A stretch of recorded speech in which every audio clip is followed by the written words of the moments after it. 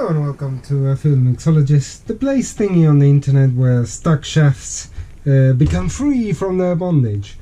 Now, case in point, this unit here, this is a Marine Holley Model 4160 customer bury-in, and I don't need customer states on this one. I know this is absolutely knackered because I'll show you around so you can see. So first of all, we've got kind of a nice little smuggering of rust around all these bits. This is completely solid, it doesn't move the secondaries. More rust around here. I don't know if this is going to work or not, or if this is working or not, the choke. So it is pretty bad. So the first thing I need to do really is try and see if I can free up this secondary shaft. So I'm going to do a quick disassembly here and focus on this, which is going to be my main headache. Okay, so now the unit has been marinating in a kind of a little solution of acetone and automatic transmission fluid, which is the Carb Rebuilder secret weapon. So now what I'm going to do is I'm going to take my torch and I'm going to start heating this up, and I'm going to try to dislodge the shaft and see if I can get it to a place where I can extract it.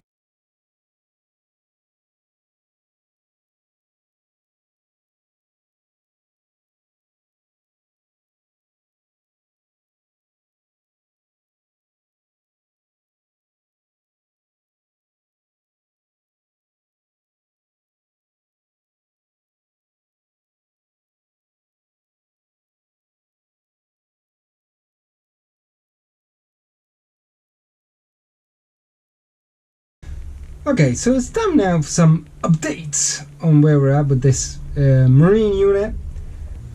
Okay, so as you can see, the body has cleaned up quite nicely.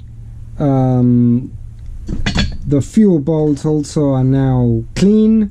They've got a bit of residue, but that's something that's to be expected. They've got a little bit of porosity around here. Let me see if I can point to it.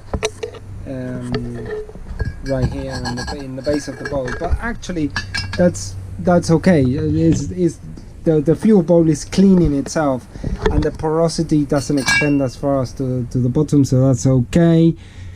As you can see, the shafts have been treated with chemical blacking so as to kind of avoid corrosion, and the throttle plates have been cleaned up, and this one have been chemically blackened as well to prevent corrosion. The metering block is about ready. I need to just take a few bits off here, but it came back around.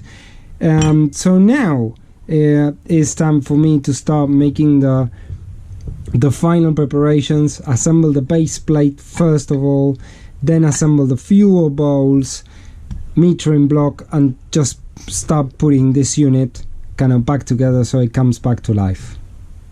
Okay, so now as you can see, this unit is nearly done, but we still have to do the choke. Now, I don't do a lot about the choke in the channel, so possibly this is a good opportunity to say something. So the choke basically comes in two parts, which is the main body of the choke and a coil. The coil you test it by just hooking it up to a 12-volt source, and if you do that, you're gonna see that the coil starts unwinding this way. So if you see movement in the coil, it means that it is working. So that's how you test it. Now I've tested this one, it's no good. I tested a brand new one, it's good, and I also tested this one, which is also good. So therefore I'm gonna put this one for the customer to save, you know, a little bit on the expense, because if not, this is going to get expensive. So however, one of the things that I want to show you is that when doing this sort of marine units, you always have to be careful that this piston moves freely, which in this case it doesn't, and I'll show you what should be the normal operation of it. There you go. So this piston needs to move freely as I'm doing there. So obviously now what I need to do is try and free up this piston, and if I can't free up the piston, then what I'm going to do is I'm going to just straight away swap swap this into that and just put that as the choke unit for the carburetor and just be done with it. Okay, so now as you can see, I had to recycle this kind of older choke because this one is just not really getting on with the program. It's completely stuck with rust. So normally on a normal carb this would be the end of the project. However, this being a marine carb, this isn't the end of the project. Now I need to mask this up, paint it, and then it will be ready to ship to the customer. So I'm going to do that and I'll show you the final bit before shutting down the video.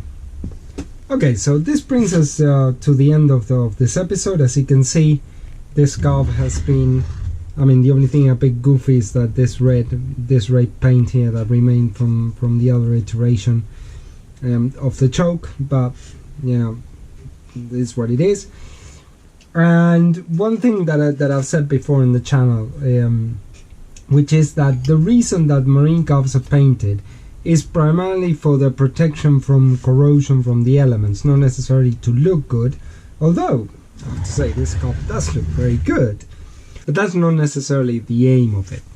So I want to thank you very much for watching the episode. If you got any questions, comments, that kind of thing, just leave it in the comments. And thank you very much for watching, and I'll see you on the next episode.